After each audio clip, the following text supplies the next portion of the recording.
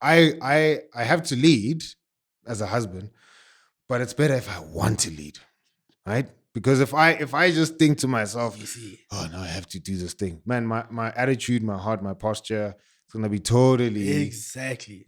ugly, and then I'm gonna be dragging my feet, and then I'll end up being a dictator because I have to do this thing, and if you don't submit and follow, Yes. then you're messing up this thing, and it's like, no, sure, we have to play our roles, but man, the bigger thing is having a heart posture that wants to do this, that Because desires, the day that somebody clicks to not wanting to or not having to, Yeah. for Yeah. then that's Yeah. when you have the problem. Exactly. Because your wife will say, "Oh, wait. So if I tell you no, I don't die." Yeah. Oh, yeah. okay. Yeah. No. So What? let's see how long this rope you is. see. Yeah. So then it's sort of like, Yeah. how do you manage that as a leader? Can't. You can't. Yeah. Because then this person has their own agency, and Can't. I think maybe that's where the perils and hardships of marriage come. Sure. Because it is a like, let's say divorce. It is somebody exercising their autonomy. Sure. And it's in the worst way possible, because obviously it's breaking up something that shouldn't be, but it is that, and it's the hardest thing, because at that point you can't decide for someone else that no, you're not going anywhere. Exactly. Yeah, they decided. They decided, yeah, and it's like those things are the push and pulls of marriage that hundreds, bro. I don't think any couple is able to like run away from that. No. Sure. You will have your things, and sure. I guess also the way you deal with those things is very important. Like I think not all of us have been taught like healthy communicating mechanisms and patterns. Sure. So it's like even how we speak to each other, and like having the patience to sometimes not speak now, or having the patience to listen now. Sure. It's those, that's what becomes so difficult. So difficult. Yeah, it's dope, man. So I think of the wedding day, you become one with your spouse. But then the being one is exercised, in real time. Yes. Then you start identifying areas where we're like, okay, we are one as a married couple. But when it comes to finances, maybe we're not one, because you grew up this way, I grew up that way. I come in with my tendency, of spending. You have your tendency of being stingy, etc., etc. So then we have to become one there. Yeah. But like what we're saying, if we don't want to, then that's going to be an area of contention that might potentially lead to divorce. And those are the ones where people realize they don't have to. Yes. You see, because it's not like the other ones. People do perceive that they have to, but finances, because finances it's a super tough one. It's very personal. It's so tough because people don't view finances the same. Yes, which is crazy, because it's like it is what this is a personal thing. Don't quote me on it and say, hey, I'm gonna show you something that shows you. No, I just believe personally that's one of the things where I believe couples should be on board from the beginning. Hundreds, bro. Like on the same wavelength in terms of what does money mean to us. Sure.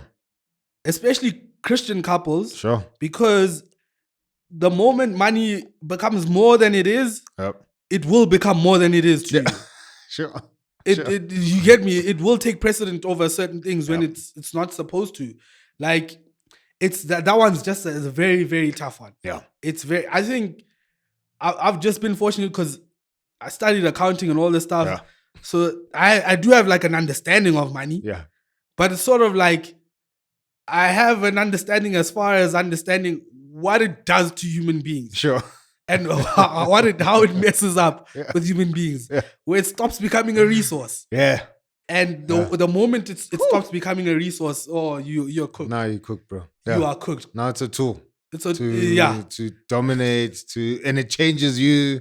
It's crazy, bro. It is crazy. And the worst thing is, God has made money a flowing thing. Yes. Yeah. Money can come. It can go. It can go. Like you can hoard it and not enjoy it. Sure.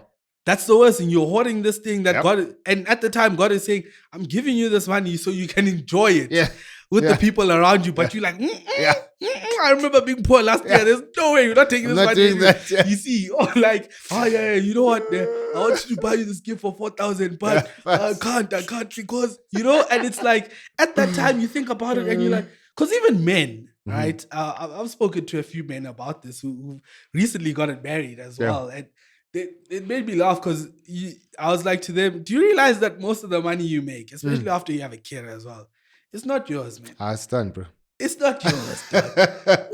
What needs do you have? Like, needs. Let's talk. Let's talk. Let's be honest. Let's be honest. Because you could be stingy. Say I'm stingy. Yeah. Right? Say I have certain things that I like. It's fine. Right? Sure. But needs. Yeah. Let's be honest, bro.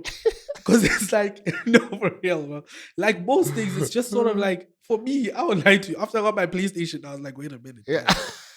I was like, I'll run out of things that I need. Yeah, what do I actually need now? What I actually need or what? Yeah. So it's sort of like, as a man, it's a weird thing. Sure. And it's like, it's something that maybe men in like the media and like even other men are trying to influence men to be like, and it's not like frugal with money. Sure. It's influencing you to be stingy. Yep. It's influencing you to be stingy and just like thinking that every single vessel on here is here for your money. And it's like, that can be well and true because there are instances like that. It's true. Yeah. People are very manipulative to get what they want. Sure. But your family, hey, bro, are you sick? Why would your family be manipulative to get? That's your family. Who's supposed to be getting the money?